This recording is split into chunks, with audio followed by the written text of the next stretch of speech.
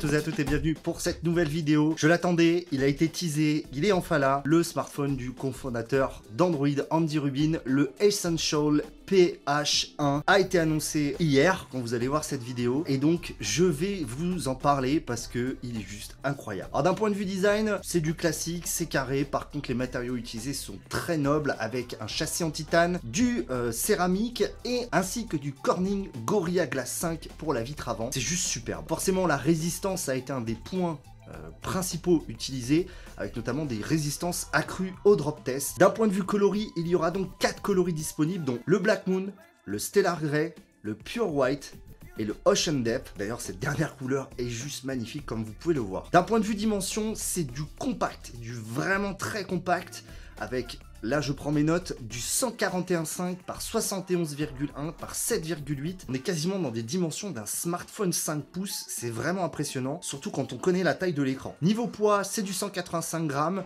Le design en fait se veut semi-modulaire. En fait, il y a au dos 2 petits pins magnétiques où on va pouvoir venir greffer des accessoires. J'y viendrai à la fin, notamment une caméra 360 qui va être là pour le line-up de lancement, mais bien d'autres accessoires vont arriver par la suite. C'est vraiment une super idée. Ce port peut aussi servir pour la charge, et d'ailleurs pour la charge, on va retrouver un port USB type C, mais pas de connecteur jack. A priori, le dongle serait fourni dans la... Alors l'écran est la partie la plus impressionnante de ce smartphone, puisqu'il va vraiment prendre quasiment la totalité de la face avant.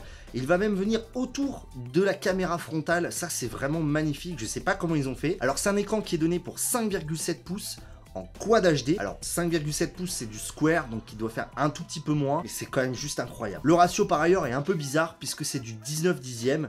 Mais ça paraît logique vu que cet écran a une forme un peu particulière. A noter d'ailleurs que sur cette face avant, la partie basse est plus épaisse que la partie haute, probablement pour venir mettre certains capteurs qui sont absents. À l'intérieur, c'est ce qui se fait de mieux en 2017. Un Snapdragon 835, 4 Go de RAM, 128 Go de stockage interne non extensible, mais je pense que c'est suffisant pour tout le monde. On retrouve aussi notamment le Bluetooth 5.0 et le NFC. Là franchement, carton plein pour le Essential PH1. Sur la partie batterie, là c'est peut-être là où il va falloir voir ce que ça donne. 3040 mAh seulement, annoncé avec de la charge rapide. On ne sait pas si c'est du QC3 ou du QC 4.0, donc la Quick Charge de Qualcomm. À voir avec l'optimisation software. La partie caméra là aussi bien dotée, puisqu'à l'arrière on a un double capteur de type Huawei, c'est-à-dire qu'on va avoir un capteur multicolore et un capteur monochrome. Donc à voir les photos, mais ça peut être vraiment du très positif, même si chez Huawei j'avais été un petit peu déçu avec le P9. Et à l'avant c'est un 8 mégapixels seulement, mais surtout il est capable de filmer en 4K à 30 images par seconde. Ça m'intéresse vraiment, notamment pour faire les vidéos. Là par exemple je filme avec le OnePlus 3T en face avant.